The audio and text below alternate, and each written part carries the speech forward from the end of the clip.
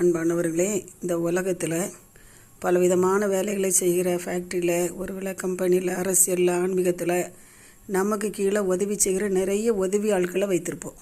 அவங்கள வேலைக்காரன்னு சொல்லுவோம், ஸ்டாஃப்னு சொல்லுவோம், அசிஸ்டண்ட்டு சொல்லுவோம், எப்படியே இருக்கட்டுமே. ஆனால் பைபிளில் எபேசியர் 6:9 சொல்லப்படுது, உங்களுக்கு இருக்கக்கூடிய எஜமான்களை நீங்கள் கொஞ்சம் கவனித்து பாருங்கள். உங்களுக்கு இருக்கிற வேலை ஆட்கள்கிட்ட நீங்கள் நியாயமாக நடந்துக்கிடுங்க. வேலை ஆட்களை நீங்கள் என்ன செய்யக்கூடாது, அவங்கள ரொம்ப கடிந்து கொள்ளாதீர்கள், அவங்ககிட்ட பச்சமாக நடந்துக்கிடுங்க அப்படின்னு ஒரு ஆலோசனை சொல்லுது. நம்ம நினைக்கிறோம் பெரிய பெரிய பொறுப்பில் இருக்கும், பதவியில் இருக்கும், பணக்காரராக இருக்கிறோம் என்பதற்காக நமக்கு கைக்குள் கொடுக்கப்பட்ட நமக்கு ஒரு வேளை கீழே வேலை பார்க்குற ஆட்களை நம்ம அற்பமாக நினைக்கக்கூடாது, கொடூரமாக வேலை வாங்கக்கூடாது, அவங்களோட அதிகாரத்தோடு ஆணவத்தோடு நடந்து கொள்ளக்கூடாது. ஏன்னா அழகாக சொல்லப்பட்டிருக்கிறது, ஆண்டவராகிய கர்த்தர் பச்சைபாதம் உள்ளவர் அல்ல, எஜமான்களுக்கு எஜமான் ஒருத்தர் இருக்கிறார். நம்ம எல்லாருக்கும் எஜமான். இந்த பூமிக்கு கீழே சகல ஜனங்களையும் ஆளுகை செய்கிற ஒரு எஜமான் இருக்கிறார். எல்லாத்தையும் பார்த்துக்கிட்டே தான் இருக்கிறாரு. ஒரு நாள் நம்ம எல்லாரும் அவர்கிட்ட போய் கையை கட்டிட்டு நிற்கணும். அதனால் எனக்கு பதவி கிடச்சிட்டு, எனக்கு நல்ல ஒரு போஸ்ட் கிடச்சிட்டு, அதிகாரம் கிடச்சிட்டு, எனக்கு எல்லாம் கிடச்சிட்டு இஷ்டம் போல் நமக்கு கீழே இருக்கிற வேலையாட்களை ஆட்டி படைக்கக்கூடாது. இன்றைக்கி நிறைய பேர் கீழே உள்ள வேலை செய்கிற ஆட்களை மனமடி உண்டாக்கி அந்த வேலையை விட்டே ஓடி போகக்கூடிய அளவுக்கு கஷ்டப்படுத்துகிறாங்க. ஒழுங்கான கூலி கொடுக்கறது கிடையாது. கடுஞ்சொல்லை விட்டு விடுங்கள் இருக்குது. இஷ்டம் போல் வாய்க்கு வந்தபடிலாம் பேசுகிறது. கொஞ்சம் யோசித்து பார்க்கணும்.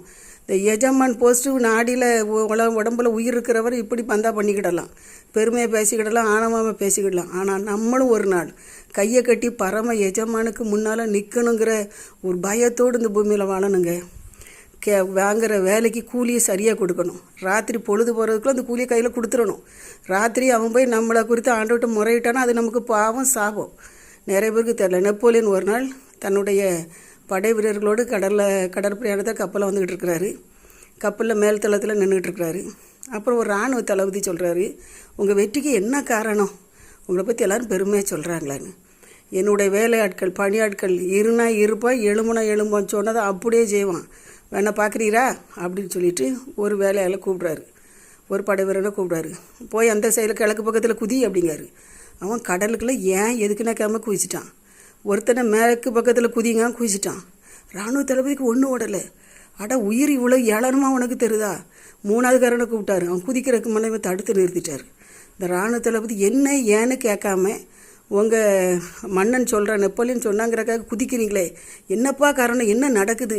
அநியாயமாக 2 பேர் குதிச்சிட்டானே. அதில் அவன் சொல்கிறான், ஆக்ரோஷமாக சொல்கிறான், சும்மா இருங்க ஐயா, இவன் கையில் வேலை பார்க்குறத விட இவர் கைக்குள்ளே கிடந்து சாகிறத விட சாகிறது நல்லது, அந்தளவுக்கு கடுமையாக நடத்துகிறாரு என்று மனம் பதறி பேசுகிறான்.